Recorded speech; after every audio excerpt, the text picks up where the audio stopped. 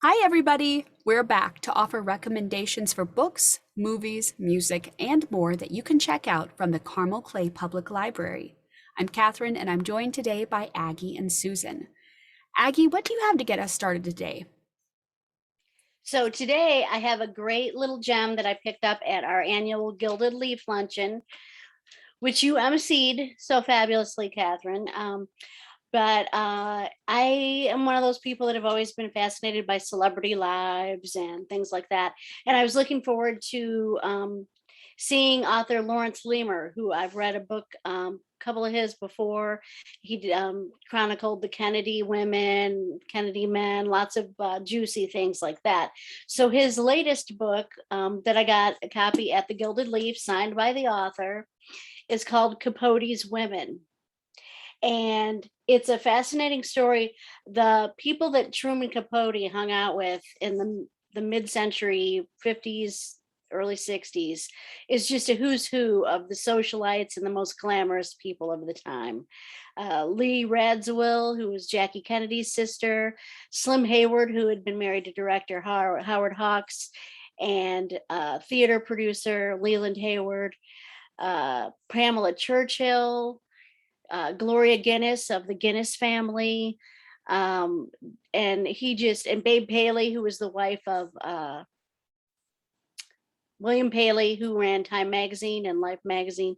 So all these people were very powerful in their own right. And he kind of surrounded himself with these famous, glamorous women. And he called they're his swans, because they were just his pals that he hung out with. And eventually it came out that he was actually using their lives as fodder for a book called Unanswered Prayers that was unfinished by Capote. And they kind of got mad, thinking, wow, you've just really been spying on us all along. And so there was some dust up about that later on, but it's a fascinating, juicy look into mid-century glamour and fabulousness, and it's highly recommended. And also, this subject was already covered. Of course, this is nonfiction, so this is truthful. But The Swans of Fifth Avenue by Melanie Benjamin was also a similar story with the same characters or the same real life people. And I love those books that take real stories and blend them with actual people. So that is real interesting too. And, it's interesting to compare the two. It was a delightful to meet Laurence Leamer. So I was happy to do that. And it's just kind of a nice distraction. You think, wow, just they were so glamorous. They were so fabulous. And I just realized that I was using my Breakfast at Tiffany's bookmark in the book. And as everyone knows, hopefully, written by Truman Capote. Actually, not the book, not that same as the movie, but I just thought that totally was by accident. So I just want to say that. Also, I just wanted to mention in another type of nonfiction, my favorite book of the year is Empire of Pain by Patrick Radden Keefe.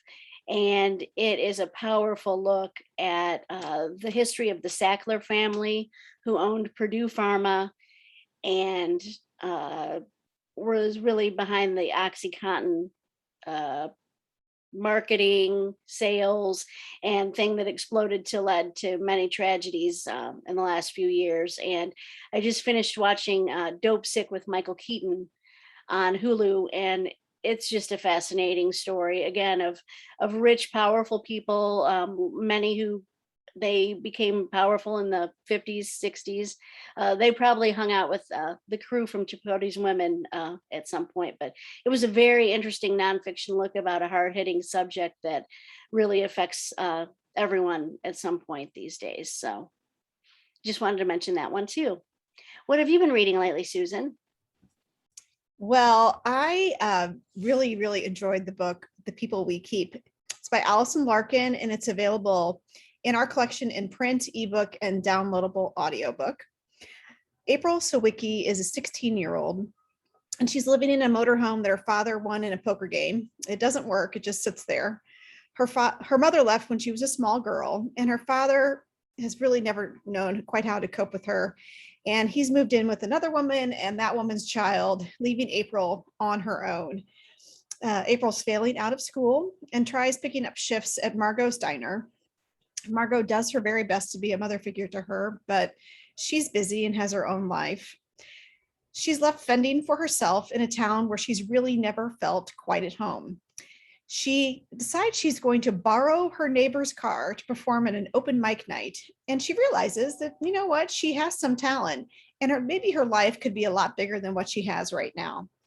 She has a huge blow up, dust up with her father, and she packs all of her stuff and takes off in that same borrowed car and sets off on a journey to find a life that's all hers.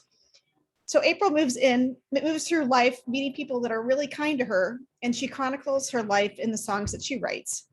That said, she never feels quite comfortable and always believes that she's not lovable or worth loving.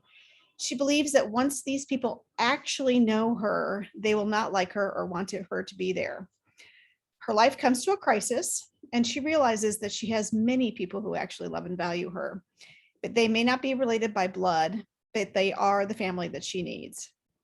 So if any of you read Chris Whitaker's We Begin at the End, it's a very similar kind of dysfunctional family, but people triumphing over that dysfunction. And so this book is really well written with great developed characters, and you really care about April and what she does with her life. So anyway, highly recommend it.